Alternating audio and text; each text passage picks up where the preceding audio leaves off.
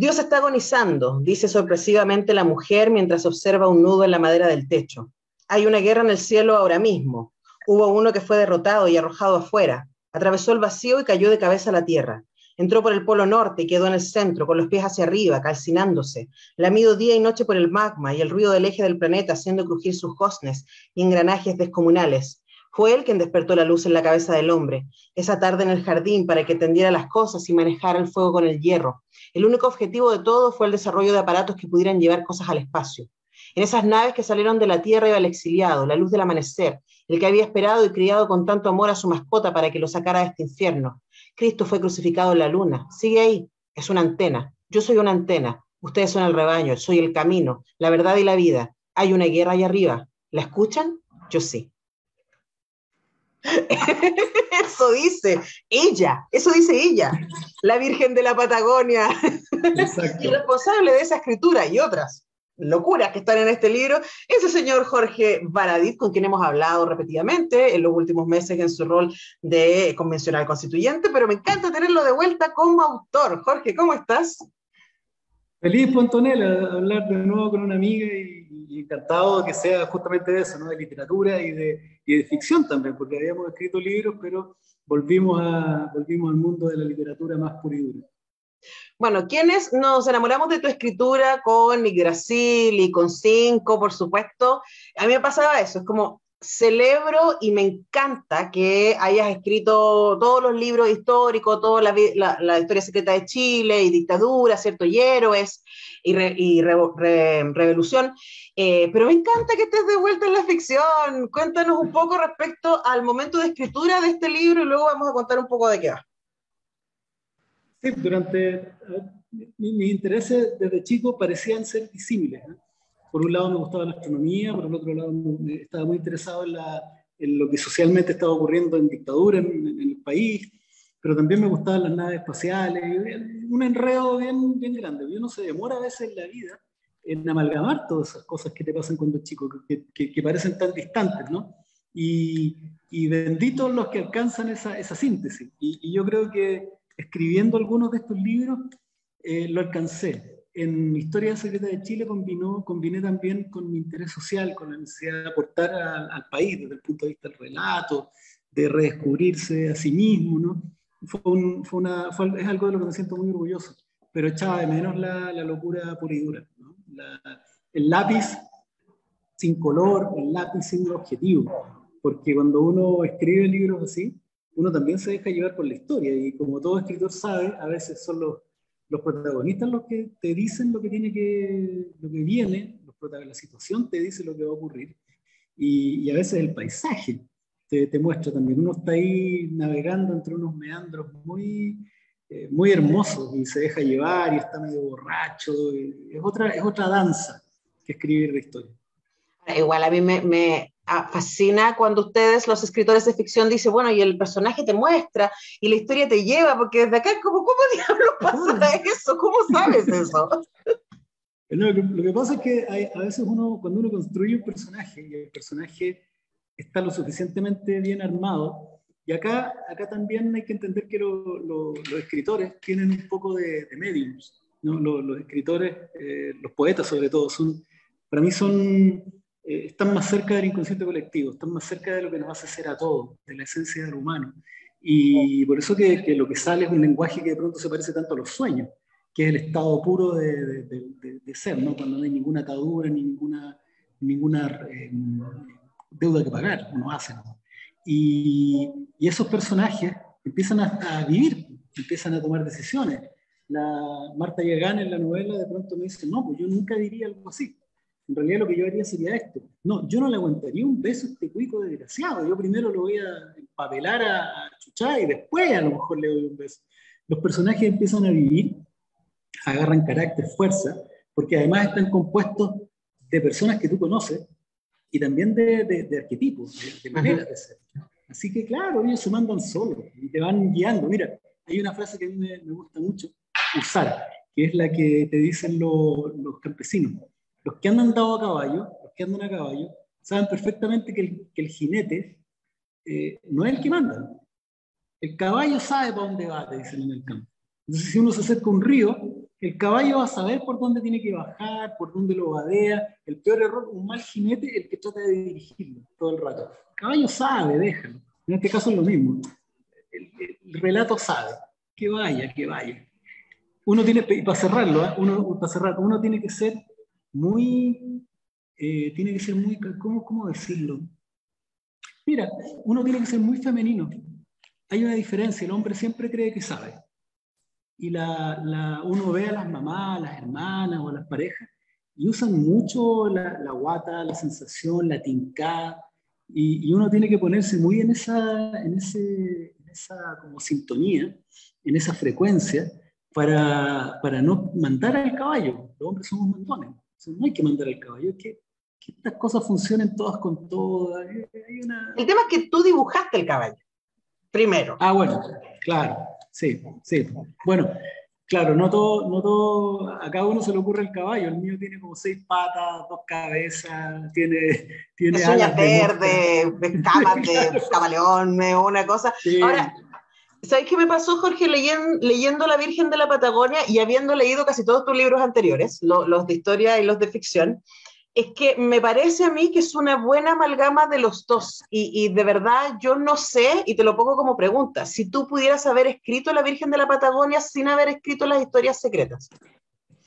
Es una muy, muy buena pregunta, pajarito.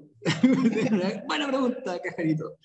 Porque de verdad, cuando antes tú me estabas preguntando sobre la vuelta a la ficción, no, pues uno no puede ser el mismo después de mandarse 6 libros sobre historia de Chile, de estar hablando en todo el país sobre historia de Chile, haber salido en la tele, tener programas.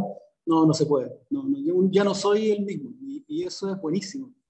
Porque algo que yo intuía cuando empecé a escribir es que yo quería escribir desde el territorio.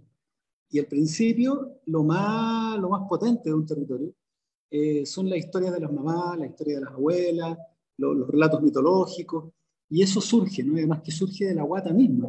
Después aparece la historia, después aparecen los hechos sociales más recientes, ¿no?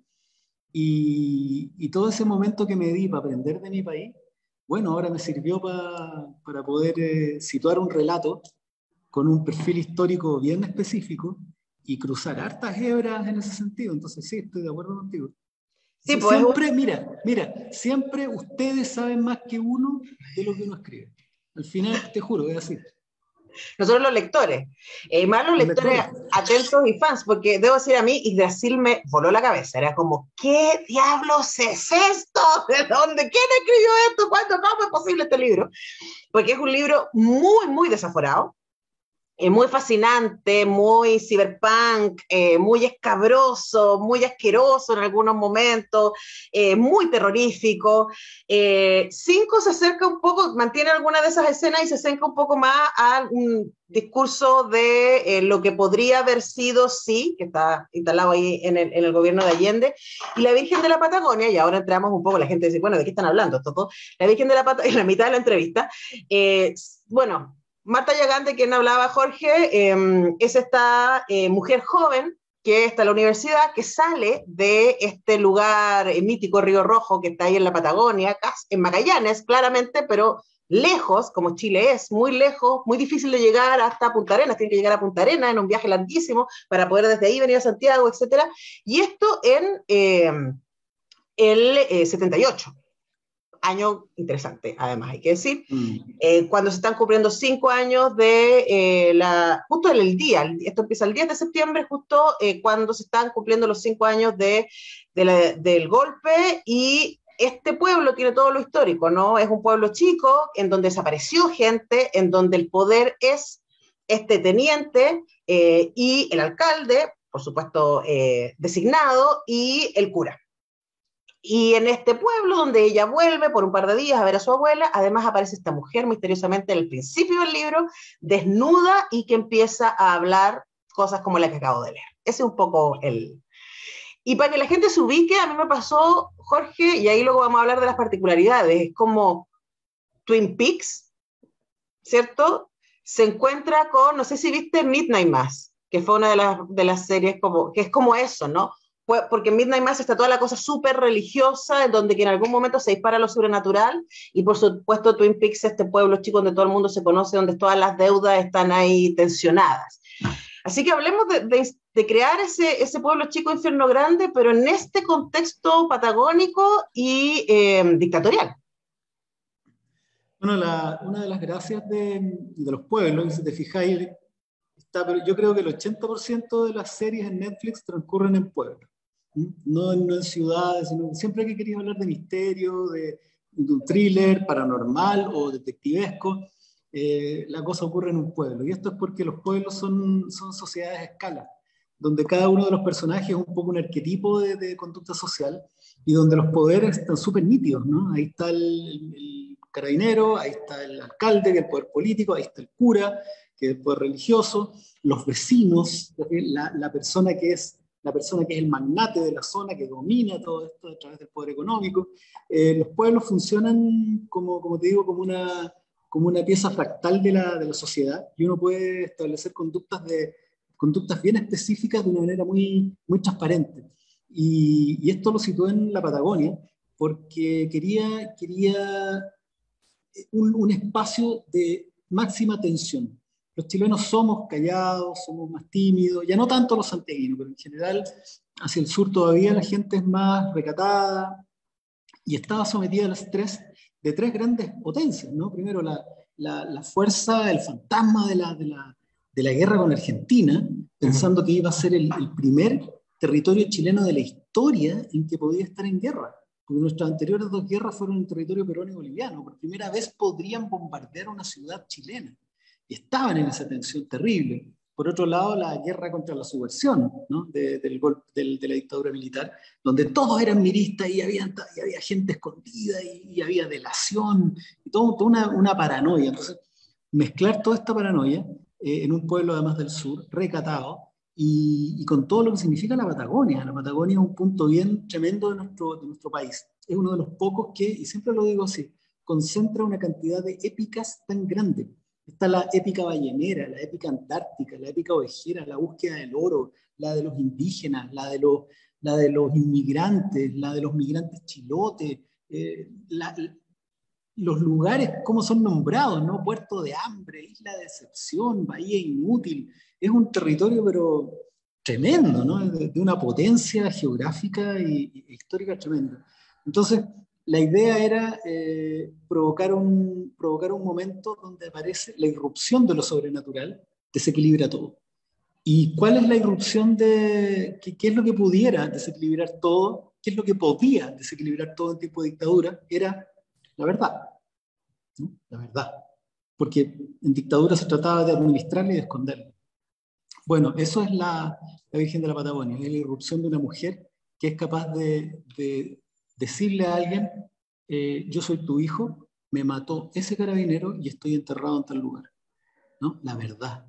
Tú me abandonaste, morí sola en no sé qué asilo de ancianos. Es la aparición de los fantasmas del pasado. Esta cuestión es como los fantasmas de la Navidad pasada, ¿cachai? Que te vienen a cobrar, y te vienen a cobrar a todos. Te vienen a cobrar a los que abandonaron a sus madres, a sus hijos, a los que violaron los derechos humanos, a los militares, a los políticos. Viene a sumir el precario equilibrio de un pueblo a través de la irrupción de la verdad, asumirlo en una espiral de caos, además paranormal, además en contexto de guerra, además en un contexto político tremendamente paranoico, ¿no? Así que yo creo que es como una especie de cocinar una cazuela del diablo, ¿no? Esa era la intención. Sí, sí. Ahora estaba pensando, y lo que decía antes respecto a tus procesos, ¿no? Y las cosas que has escrito en los últimos años, porque mi impresión es que la Virgen de la Patagonia tiene de ambos, ¿no? Tiene esta denuncia política, porque escogí el discurso sobrenatural de la Virgen, pero podría haber escogido otros que también están en el libro, el que tú leíste el otro día en Instagram, que es el discurso, ¿cierto?, de el policía fascista, que los comunistas no son personas, etcétera. Está, por supuesto, el discurso de Marta, ¿cierto?, respecto a este lugar que es un hoyo negro, ¿cierto?, en la que ella no quiere volver, etcétera. Entonces, está esa cosa que es histórica, ¿cierto? Y que uno puede pensar que la gente se siente así en estos territorios y en este contexto, etcétera. Y luego está el Baradit alocado, dark, gore, que le encanta la maquinita y la tortura y la cosa del psicópata que le pone, y esas partes, dice, ay, al Baradit que le gusta esta cuestión. Pero, por ejemplo, Yggdrasil era el 80% eso, ¿cierto? Claro. Y acá esto entra por las ventanas. Yo ayer le estaba tratando de explicar a una amiga mi experiencia leyendo tu libro y era como, y parte contenido, pero es como entrar a una casa fantasma donde tú abres una puerta y aparece una sombra y tú la empezás a seguir y decís, ah, esto tiene que ver, y después, por otro lado, hay otra sombra, y la empezás a seguir y es como, empiezan a abrirse y abrirse y abrirse puertas a medida que vamos conociendo personajes. Es Exacto. bien denso y es muy entretenido. Sí. Bueno, esto está pensado, el secreto para entender por qué está articulado como está articulado este libro, es que originalmente iba a ser una serie. De hecho, lo es una serie una audioserie para una empresa sueca que incursiona en Latinoamérica, eligió a 5 escritores, en México, de Argentina y por Chile me eligió a mí para comenzar a abrir ese mercado que en Chile no es muy nuevo. Emisor Podcasting hizo algo con el caso 63, pero afuera la rompe, ¿cachai? Son las audioseries. Es un Netflix, pero con audio. Y esto es efectivamente una audioserie de 10 capítulos, pero que entonces tiene que tener unas características muy cinematográficas, con muchos personajes que entran, salen, tiene que ser un baile, como estos bailes renacentistas donde todos se sincronizaban con todos y las cosas ocurren de ciertas maneras preconcebidas, pero de repente destruís todo de un mazazo y aparecen, y siempre están apareciendo cosas y te tiene te tiene que tener cazado todas las páginas, no podéis pestañear.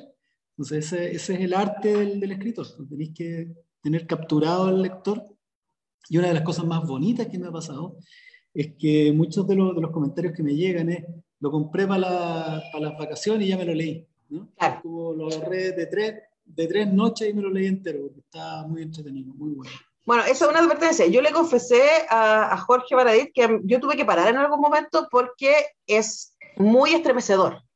Porque uno sabe que está leyendo una fantasía, ¿no? Pero al mismo tiempo, como está instalada en lo fantástico, está instalado en un contexto histórico, se cruzan esos dolores y puede ser, para almas sensibles o para una que está muy cansada, puede ser un viaje. Entonces, como, sí, se lo van a comer porque es muy entretenido y yo obviamente tengo que saber qué pasa con esta historia, pero al mismo tiempo es como, cuidado con las almas sensibles. Jorge Baradit, como siempre, un placer conversar contigo. Gracias por el viaje en sus oscuridades y son luces de la Virgen de la Patagonia, y toda mi energía y luces y soles para ti y tus compañeros en la convención, porque hoy que la intensidad.